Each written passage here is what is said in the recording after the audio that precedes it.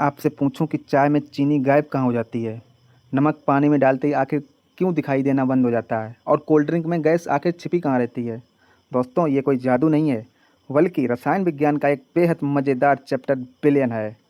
तो कक्षा 12 और कक्षा 10 के स्टूडेंट कॉपी पेन लेके रेडी हो जाओ। आज का हमारा टॉपिक है विलियन यानी सॉल्यूशन। जब कोई पदार्थ दूसरे पदार्थ में पूरी तरह से मिल जाए और अलग दिखाई न दे तो उसे विलयन कहते हैं।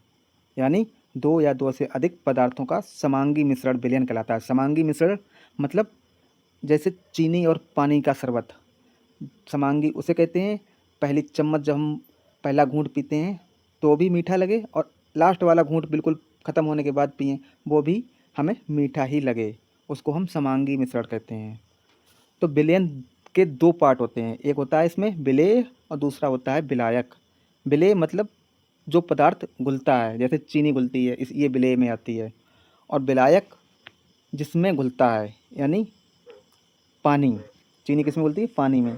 तो विलेय वो होता है जो थोड़ा पदार्थ होता है, यानी जो घुलता है, और विलायक जो अधिक मात्रा में होता है उसे हम कहते हैं जिसमें घुलता है, जैसे पानी। तो ट्रिक क्या है इसकी? जो घुले वो विलेय और जिसमें घुले वो होता है हमारा विलायक। विलयन कितने प्रकार का होता है? तो भौतिक अवस्था के आधार पर विलयन 3 प्रकार का होता है और कणों के वास्तविक आधार पर ये 3 प्रकार का भी होता है। जैसे भौतिक अवस्था के आधार पर ठोस विलयन, द्रव विलयन, गैस विलयन, और कणों के आकार के आधार पर वास्तविक विलयन, कोलाइडी विलयन और निलंबन। तो हम पहले ठोस विलयन को समझते हैं। ठोस विलयन क्या होता है? तो जब किसी ठोस को दूसरे ठोस के साथ मिलाया जाता है तो उसे हम कहते हैं ठोस विलयन। जब किसी द्रव को द्रव में मिलाते हैं तो वो होता है द्रव विलयन, और जब किसी गैस को गैस में मिलाते हैं तो बनते हैं गैसीय विलयन। इसके एग्जाम्पल क्या हैं? ठोस विलयन, आपने सोने के आभूषण गहने तो देखे होंगे, तो ये प्योर गोल्ड नहीं होता है, प्योर सोना नहीं होता है, इसमें कुछ मिश्र धातुएं मिलाई जाती हैं, जैसे पीतल, लोहा, हल्की मात्रा में, यानी कि ठोस को ठोस में मिलाया जाता है। तो ये जो सोने के आभूषण ठोस विलयन का एग्जाम्पल है। वैसे ही द्रव विलयन क्या होता है? जब किसी द्रव को किसी द्रव में घोला जाता है, जैसे पानी में हम सिरका मिला दें, पानी भी द्रव है और सिरका भी द्रव है, तो वो हो जाता है हमारा द्रव विलयन। वैसे ही गैसीय विलयन, गैसीय विलयन क्या होता है? जैसे हमारी हवा, इस हवा में नाइट्रोजन भी है, ऑक्सीजन भी है, तो दोनों ही गैसें हैं, तो गैसें गैसें मिलके गैसीय विलयन बनाती हैं। अब पढ़ेंगे हम कणों के आधार पर, ये 3 प्रकार का होता है। पहला होता है हमारा वास्तविक विलयन। कौन सा होता है? वास्तविक विलयन। इसमें कणों का आकार 1 nm से भी छोटा होता है। ये आप देख सकते हो, 1 nm से भी छोटा होता है, उसको हम कहते हैं वास्तविक विलयन। इसमें जो हमारा मिश्रण होता है वो समांगी होता है और स्थिर होता है और पारदर्शी होता है, और ये फिल्टर पेपर से गुजर सकता है, जैसे चीनी और पानी का घोल। ये हमारा वास्तविक विलयन आता है, क्योंकि जब चीनी और पानी को घोल लेने के बाद हम छानते हैं तो ये पूरा निकल जाता है, क्योंकि ये फिल्टर पेपर से भी गुजर सकता है। और ये समांगी मिश्रण होता है। हमने बताया कि जैसा हम शरबत का पहला घूंट लेंगे तब भी मीठा लगेगा, और अंतिम घूंट लेंगे पिएंगे तब भी मीठा ही लगेगा, तो ये समांगी मिश्रण हो जाता है। दूसरा हमारा होता है कोलाइडी विलयन। ये इसमें कणों का आकार होता है वो 1 nm से लेकर 100 nm, यानी कुछ बड़े कण होते हैं, आकार होता है, और ये विषमांगी होता है लेकिन दिखने में समांगी लगता है, और ये कम स्थिर होता है, जैसे एमल्सन, सोल, एरोसोल, ये एग्जाम्पल्स हैं। तीसरा हमारा होता है निलंबन। इसमें जो कणों का आकार होता है वो 100 nm से भी बड़ा होता है, और ये अस्थिर होता है और अपारदर्शी होता है, यानी कि इसके आर पार नहीं दिखाई देता है, अपारदर्शी होता है, और ये फिल्टर पेपर से छानने पर बाहर नहीं गुजरता है। जैसे मिट्टी का पानी, किसी पानी में जब मिट्टी घोलते हैं, जब अगर उसको हम छानेंगे तो पानी तो निकल जाएगा, लेकिन मिट्टी मिट्टी ऊपर रह जाएगी, यानी पूरा घोल फिल्टर पेपर से नीचे नहीं गुजरेगा, क्योंकि इसमें जो मिट्टी होता है, विलेय, जो मिट्टी विलेय होती है, क्योंकि उसको घोला जाता है पानी विलायक में, तो मिट्टी के जो कण होते हैं वो बड़े होते हैं, इसीलिए 100 nm से भी बड़े होते हैं, इसीलिए ये फिल्टर पेपर से नहीं गुजर सकते हैं। जैसे चाक पाउडर का घोल, जो हमारी खड़िया होती है चाक, उसका घोल, मिट्टी, ये फिल्टर पेपर से नहीं गुजर सकते, तो इसको हम निलंबन कहते हैं। तो कणों के आधार पर 3 प्रकार का होता है, वास्तविक विलयन, कोलाइडी विलयन और निलंबन, ये 3 प्रकार का विलयन होता है। अब हम पढ़ेंगे विलयन की सांद्रता यानी कंसंट्रेशन ऑफ ए सॉल्यूशन। ये क्या होता है? सांद्रता मतलब होता है गाढ़ा या पतला। जैसे हम कहते हैं ये चीज़ गाढ़ी है पतली है, तो उसको हम सांद्रता कहते हैं आम भाषा में। और अगर रसायन विज्ञान की परिभाषा में अगर हम देखेंगे तो किसी निश्चित मात्रा के विलयन में या विलायक में, किसी निश्चित मात्रा के विलयन या विलायक में उपस्थित विलेय की मात्रा को उस विलयन की सांद्रता कहते हैं। जैसे चीनी और पानी का घोल ले लें हम। चीनी और पानी का विलयन होता है, उसमें चीनी क्या होती है? विलेय होती है जिसको घोला जाता है, और पानी क्या होता है? विलायक होता है जिसमें घोला जाता है। तो इसमें बोल रहा है कि विलयन में उपस्थित विलेय यानी चीनी की मात्रा को उस विलयन की सांद्रता कहते हैं। पानी में जितनी अधिक चीनी होगी उतना वो ज़्यादा गाढ़ा होगा, अगर पानी में चीनी कम होगी तो कम गाढ़ा होगा। यानी कम चीनी विलेय कम तो सांद्रता कम, और विलेय ज़्यादा यानी चीनी ज़्यादा तो सांद्रता अधिक यानी गाढ़ा। तो ये हो गई विलयन की सांद्रता है। अब सांद्रता को व्यक्त कैसे करते हैं, इसकी विधियाँ क्या हैं? तो सांद्रता को दो विधियों द्वारा व्यक्त किया जाता है। पहली होती है द्रव्यमान प्रतिशत, और इस द्रव्यमान प्रतिशत पर न्यूमेरिकल भी पूछे जाते हैं, तो ध्यान से देखना। द्रव्यमान प्रतिशत इसका फॉर्मूला होता है विलेय का द्रव्यमान बटे विलयन का द्रव्यमान। इसको द्रव्यमान जो सांद्रता होती है उसको हम प्रतिशत में परसेंटेज में निकालते हैं कि अगर पूछा जाता है किसी घोल में चीनी की सांद्रता कितनी है तो 10% है या 20%, इसको परसेंटेज में हम शो करते हैं। तो इसका सूत्र होता है, अगर द्रव्यमान प्रतिशत पूछा जाता है तो इसका होता है विलेय का द्रव्यमान बटे विलयन का द्रव्यमान गुणे 100। ये आप फार्मूला देख सकते हो। विलेय मतलब चीनी, विलयन मतलब चीनी और पानी दोनों का घोल विलयन और गुणे 100। अब जैसे पहला न्यूमेरिकल है 10 ग्राम नमक को 90 ग्राम पानी में मिलाया। 10 ग्राम नमक को 90 ग्राम पानी में मिलाया तो कुल विलयन कितना हो गया? 100 ग्राम। 10 ग्राम नमक हो गया, 90 ग्राम पानी हो गया, तो कुल विलयन कितना हो गया? 100 ग्राम। अब इसकी हमें सांद्रता ज्ञात करनी है, तो कैसे करेंगे? तो हमने सूत्र क्या देखा था? विलेय का द्रव्यमान, यानी विलेय क्या है? इसमें नमक है, तो नमक का द्रव्यमान कितना है? 10। अब बटे विलयन का द्रव्यमान, अब विलयन का द्रव्यमान कितना हुआ? नमक और पानी दोनों को मिला दो, तभी तो विलेय और विलायक दोनों मिल जाएंगे तभी विलयन बनेगा। तो नमक और पानी यानी 10 और प्लस 90 ग्राम यानी 100 ग्राम, तो 10 बटे 100 अब इंटू 100 तो गुणे 100, तो कितना हो गया? 100 कट गया, कितना बचा? 10। तो विलयन की सांद्रता कितनी हुई? 10%। बहुत ही ईजी है। अब दूसरी विधि होती है आयतन प्रतिशत। कौन सी होती है? आयतन प्रतिशत। इसमें क्या होता है? इसमें द्रव्यमान प्रतिशत में क्या था? विलेय का द्रव्यमान बटे विलयन का द्रव्यमान गुणे 100। इसमें होता है विलेय का आयतन बटे विलयन का आयतन गुणे 100। जैसे एक विलयन में 20 ml एल्कोहल 80 ml पानी में मिलाया गया है। कितना? 20 ml एल्कोहल 80 ml पानी में मिलाया गया, तो विलयन की सांद्रता ज्ञात कीजिए। तो इसमें पूछा है, सूत्र है विलेय का आयतन। पहला है विलेय का आयतन, तो विलेय इसमें क्या है? एल्कोहल जो मिलाया गया है विलेय, तो एल्कोहल कितना है? 20 ml, तो इसको रखते हैं 20 बटे विलयन का आयतन। अब विलयन का आयतन कितना हो गया? 20 ml एल्कोहल हो गया, 80 ml पानी हो गया, तो मिला के कितना हो गया? 100 ml, तो 20 बटे 100 और इंटू 100, तो 100 कट गए, कितना बचा? 20। तो विलयन की सांद्रता आयतन सांद्रता कितनी हुई? 20%।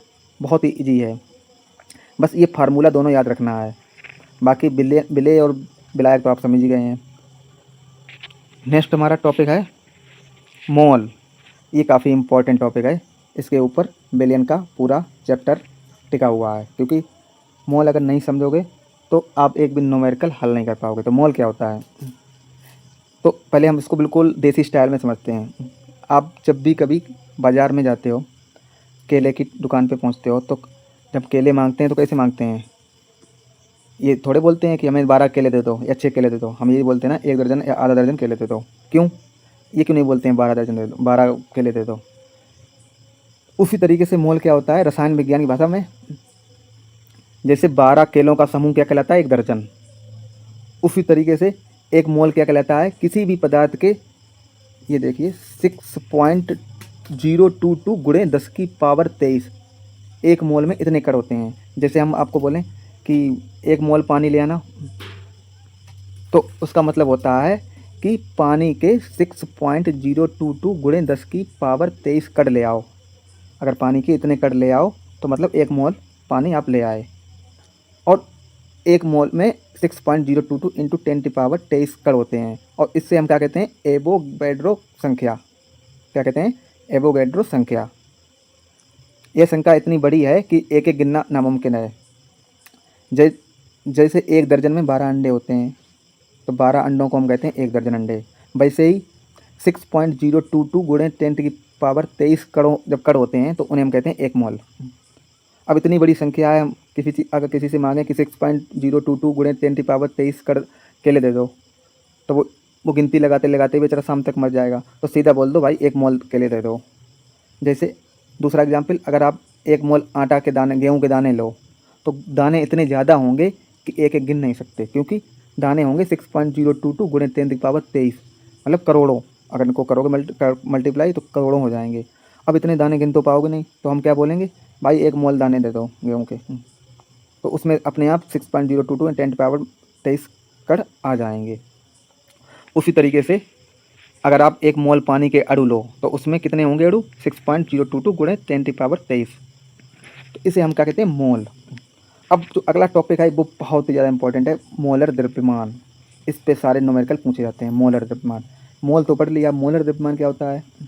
तो किसी पदार्थ के एक मोल का वजन मोलर द्रव्यमान कहलाता है। कैसे, जैसे हमने बोला कि एक मोल पानी ले आओ, तो आप एक मोल पानी लेकर आए, तो एक मोल जब पानी लेकर आएंगे तो उसमें कितने कण होंगे, पानी के अणु होंगे 6.022 गुणे 10⁻23 पानी के अणु होंगे, जो एक मोल होता है। अब इन कणों को अगर हम इनका वजन करें तो जितना वजन होगा, कितना, 6.022 10⁻23 जो कण होंगे एक मोल में, इनका जितना वजन होगा पानी के अणुओं का, उसी को हम कहते हैं मोलर द्रव्यमान। अब इसको रसायन विज्ञान की भाषा में समझते हैं। जैसे पानी है, तो एक मोल पानी का मोलर द्रव्यमान कितना होगा, तो पानी, इसका सूत्र क्या होता है, H2O। तो H2O का मोलर द्रव्यमान हमें ज्ञात करना है।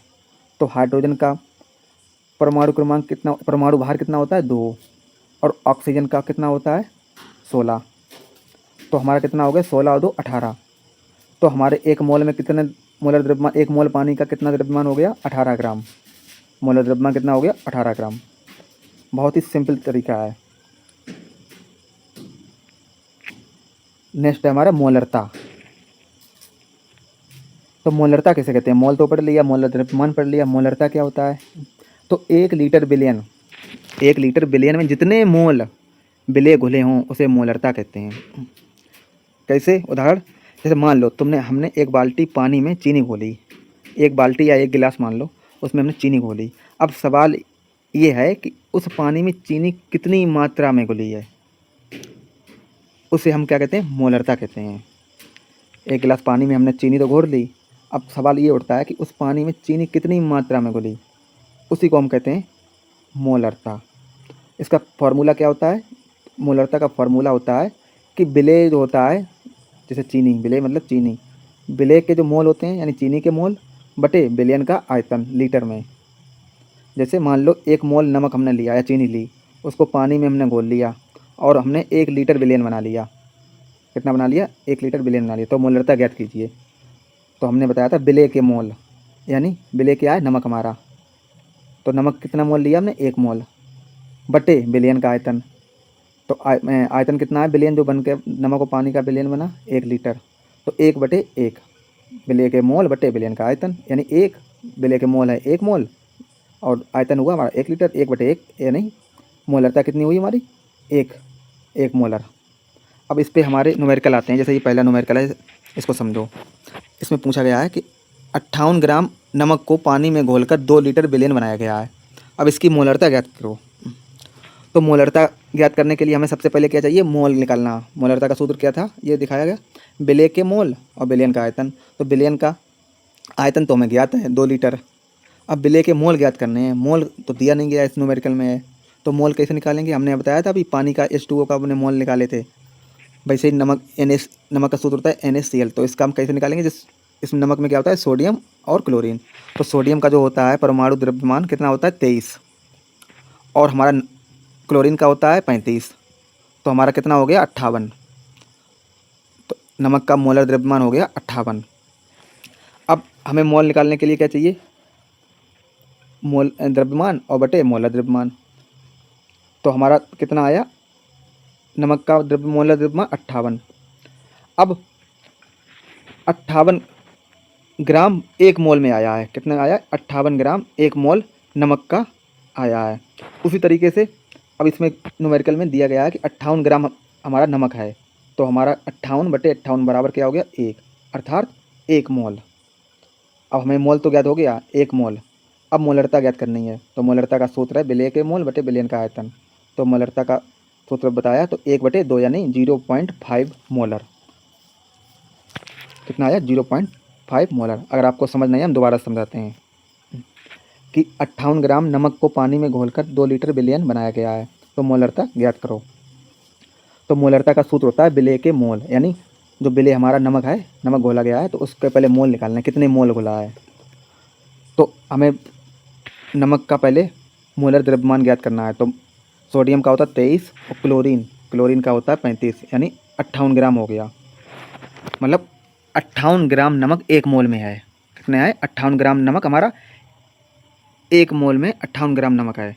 और हमारा दिया कितना गया है, कितना नमक घोला गया है 58 ही ग्राम घोला गया है। तो 58/58 हमारा कितना आ गया मोल 1। अब हमें मोलरता ज्ञात करनी है, तो विलेय के मोल कितना आ गया 1 और विलयन का आयतन कितना है 2, तो 1/2 बराबर 0.5 मोलर।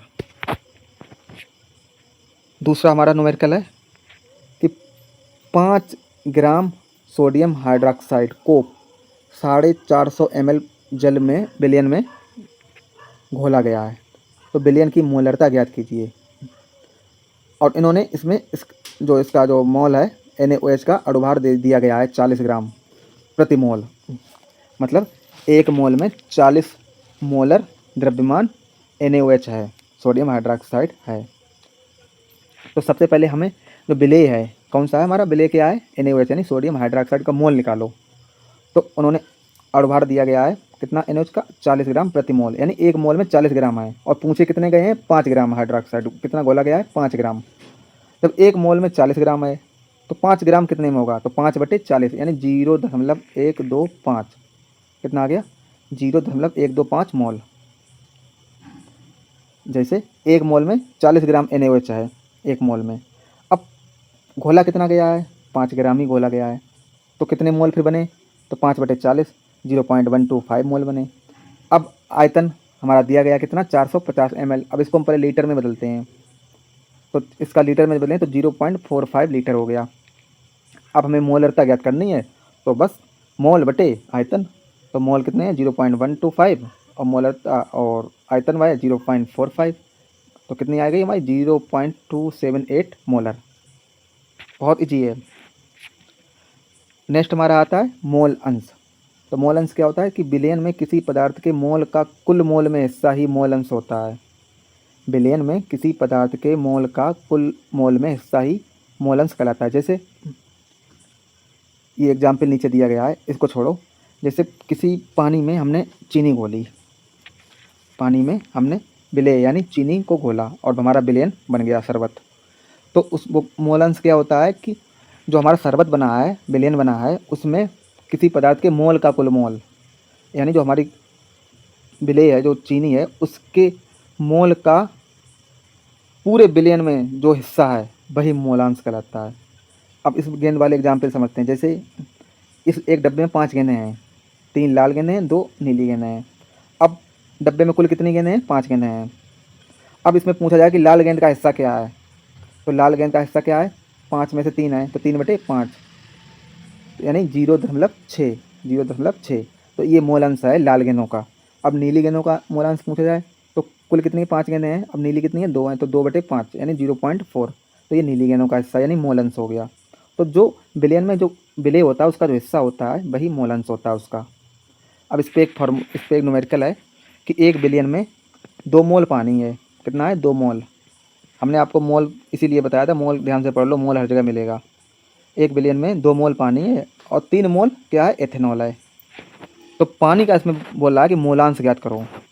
तो बिलियन में क्या क्या है 2 मोल पानी 3 मोल एथेनॉल, यानी कुल कितना हो गया 5 मोल हो गया। अब इसमें पानी का पूछा है तो टोटल कितना है 5। अब पानी का पूछा गया है तो पानी कितना था 2 मोल, तो 2/5 यानी 0.4। अब एथेनॉल का मोलांश क्या है, तो एथेनॉल है हमारा 3 मोल और टोटल है 5, तो 3/5। अब तो आप समझ गए होंगे मोलांश मोल फ्रैक्शन क्या होता है। अगला हमारा आता है हेनरी का नियम। हेनरी का नियम क्या कहता है? हेनरी का नियम कहता है कि स्थिर तापमान पर किसी द्रव में घुली गैस की मात्रा उस गैस के दाब के समानुपाती होती है। स्थिर मान लो तापमान स्थिर है, ना घट रहा है ना बढ़ रहा है, तो किसी भी द्रव में, जैसे मान लो कोल्ड ड्रिंक में घुली गैस की मात्रा, जैसे कोल्ड ड्रिंक में कार्बन डाइऑक्साइड घुली होती है बंद बोतल में, उस गैस के दाब के समानुपाती होगी। जितना ज़्यादा दबाव होगा उतनी ज़्यादा गैस घुलेगी। जैसे कोल्ड ड्रिंक में जब ढक्कन लगा रहता है तो उसमें गैस होती है कार्बन डाइऑक्साइड भीतर, वो पूरी बोतल में घुली रहती है कोल्ड ड्रिंक में। और जैसे ही ढक्कन हटाते हैं यानी दाब कम होता है, तुरंत ही गैस बाहर निकल जाती है। जितनी भी घुली गैस होती है सब बाहर निकल जाती है।